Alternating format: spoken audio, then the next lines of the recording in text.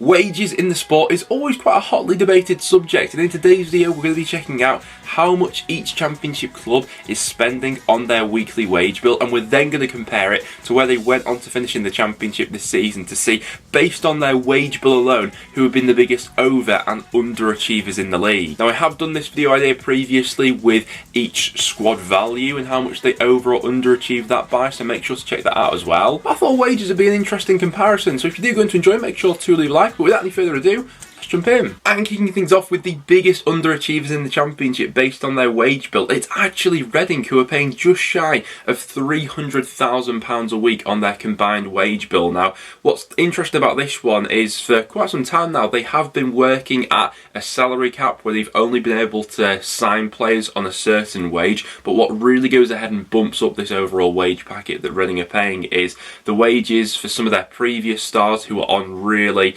massive contracts, and some of the loanees as well. Baba Rahman, for example, is on just shy of 90 grand a week on his contract at Chelsea, and Jeff Hendrick's contract at Newcastle is around 50 grand a week. So obviously Reading won't have been covering all of those, but adding into the wage bill, it gives them the 9th highest wage bill in the championship, which is mental. Considering their final position of 22nd, that gives them an underperformance of 13 places, which is the biggest in the championship. It's probably fair to say that Norwich City are still working with a Premier League wage bill. They actually pay the most in terms of weekly wages out of any championship clubs, and because of this they've had the second biggest underperformance with the biggest wage bill, but going on to finish 13th in the championship, giving them an overall underperformance of 12 places this season, and paying out £684,000 a week on wages. It blows some other sides out the water. Now, given how busy they were in the summer transfer window, Hull's wage bill took a massive increase over the summer. They've actually got the 5th highest wage bill in the championship right now, as they went on to finish 15th in the championship. That's an underperformance of 10 places. A lot of their new stars who have been signed up are on deals worth over 20 grand a week, which is pretty hefty for the championship. Stoke have definitely made cuts to their squad over the last few transfer windows, but despite that they are still working with one of the bigger wage bills in the championship. This is also bumped up by the loanees that they had coming in January, all of which are being paid quite a lot for championship football.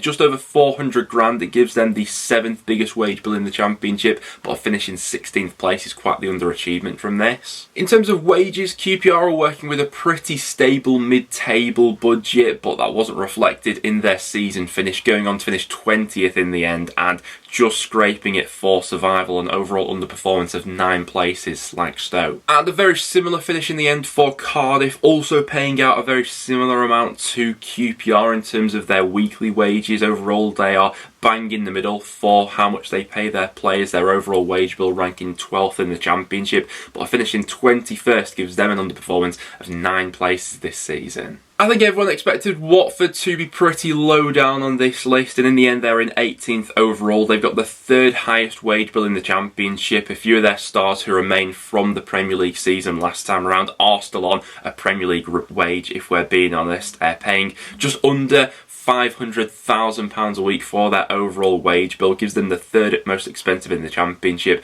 but finishing 11th gives them an underperformance of 8 places based on their wage bill. Birmingham have had to be pretty careful with their finances over the last few transfer windows because of, sanctions by the EFL tiptoeing the financial fair play line, but all things considered, they do have the 10th highest wage bill in the championship. Once again, loanees will have gone ahead and bumped this up, but finishing 17th in the end gives them an underperformance of 7 places based on their wages. We are starting to get a little closer now to where teams should be based on their wage bill, but Huddersfield have underperformed that by 4 places this season, and had it not been for the miraculous work of Neil Warnock towards the end of the season, they would have been one of the biggest underachievers based on these parameters, but paying around £228,000 a week, that's given them an underperformance of 4 places. I think a lot of people expected West Brom to be in and around the top 6. That's certainly what their wage bill would suggest. They've got the 6th highest overall wage bill in the championship, but they just missed out on the playoffs in the end, going on to finish 9th in the Championship. So West Brom, it'll be an interesting one over the summer.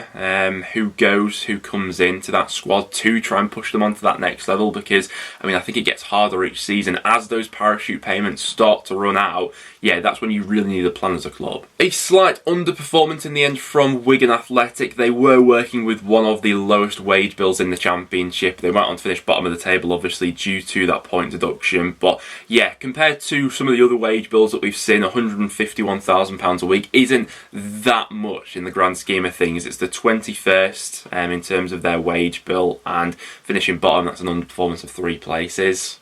Also working with one of the lowest wage bills in the Championship, even considering the loanees that they've had coming in this season, has been Blackpool, the 22nd in terms of wage bill. Went on to finish 1 place lower than that in the end, in 23rd, which is an underperformance of 1 place. And already we've seen quite a few big name stars being released by Blackpool heading into League One next season. It'll be interesting to see where a lot of those players land, if it is League One or they get a Championship move. In at the midway point, and we are finally into the positives, because Burnley have overachieved their wage bill based on 1 position. They do have the second most expensive wage bill in the Championship at over £500,000 a week, but thanks to Norwich's vast underperformance, Burnley have outdone this by just the 1 place, obviously going on to win the league. And promoted alongside them in the end, we had Sheffield United. They've had an overperformance based on their wage bill of 2 places this season. Once again, they are working with one of the biggest budgets in the Championship in terms of what they pay out, £470,000 a week in their weekly wage pack. It gives them the 4th highest bill, but still overperformed that by 2 places in the end. Bristol City have had to be quite cautious in how they do transfer dealings over the last couple of windows, and there's definitely been cuts there in terms of reducing down on transfer fees being spent and the wages as well. And overall this season, it's given them a steady overperformance of 2 places. They ranked 16th for wage bill, but went on to finish 14th in the end. Next then to Swansea City, and this is why a lot of people do recognise the good work that Russell Martin is doing. It's another side who have had cuts to their team continuously over the years, haven't spent masses on transfer figures either, and that good run towards the end of the season really did have Swansea in and around the playoff picture, overall giving them an overperformance of 3 places based on their wages. After that, we then get to my side, Preston North End, who have a wage bill which would put us sort of steady mid-table, and we've just overperformed that this season. We ranked 15th for wage bill, but we went on to finish bang in the middle of the table, giving us an overperformance of 3 places. Wouldn't be surprised if we do see some cuts to that wage bill over the summer, if I'm being honest, and it will be another summer transfer window where we are sort of relying on free transfers and loanees to bulk up the quality in this squad. There's no doubt in my mind that Middlesbrough have one of the best squads in the Championship in terms of overall talent, but in terms of the wages they're paying out, they don't actually rank in the top 6, which I found really interesting. 8th overall, it's definitely one of the bigger budgets in the Championship, but compared to some of those other clubs who have been paying out more in terms of weekly wages, it actually ranks them 8th in the end. So finishing 4th place and in the playoffs did give them an overall overperformance of 4 places this season. I would expect Middlesbrough to spend a bit in the summer, maybe to go on to that next step where it could be automatic promotion potentially next season or there or thereabouts. There's no doubt that the Millers have done a fantastic job to stabilise themselves in the Championship this season, and this really speaks to the brilliant work that they have done, because they have been working with the lowest wage bill in the Championship. Added to that as well, how they've put this squad together in the first place to go on to finish 19th in the end.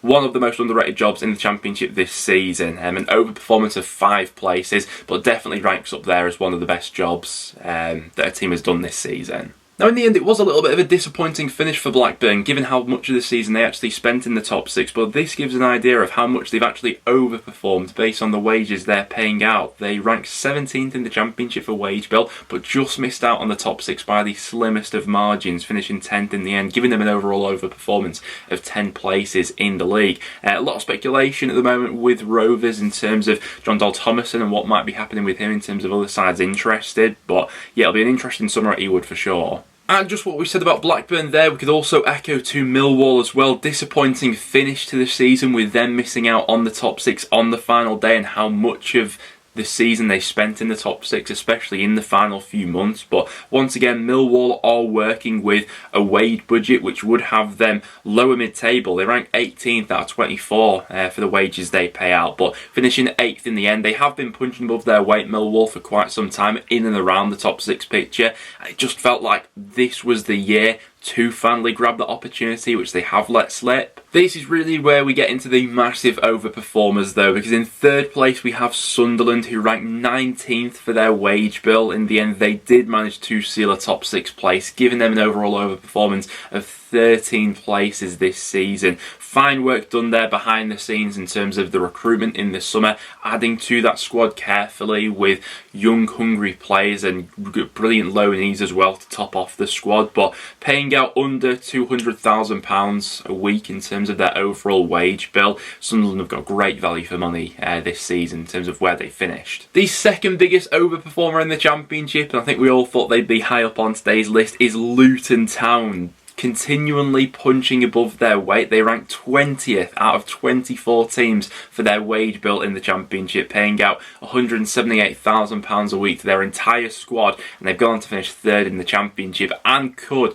still be playing Premier League football next season if they win that final match at Wembley, which coincidentally is against Coventry City, who have been the biggest overall overperformers this season, overperforming their wage bill by 18 places, which is absolutely ridiculous. And the fact we have the playoff final between Coventry and Luton, I mean, it makes for a fairy tale story, however this one ends for either side. But only Rotherham have been working with a lower wage bill than Coventry have this season, which is absolutely ridiculous. Thinking about their big stars in that Coventry side, the likes of, you know, Gus Hamer and Victor Gyökeres, they're both on contracts of under £10,000 a week. I think they're both on the original contracts that they signed for Coventry for, so they've not had that wage bump up in their packet yet. And I mean, the work that Mark Robins has done going off those numbers is absolutely miraculous, and one game away from Premier League football is just ridiculous. But guys, there we have it. That will now wrap it up for today's video, just for a little bit of fun, and makes for some interesting comparisons between the under and over performance this season based on how much your club is currently paying in wages. But if you did go on to enjoy, make sure to leave a like and do stick around and subscribe for some regular Championship content. Apart from that, thanks for watching, and I'll see you all in the next one.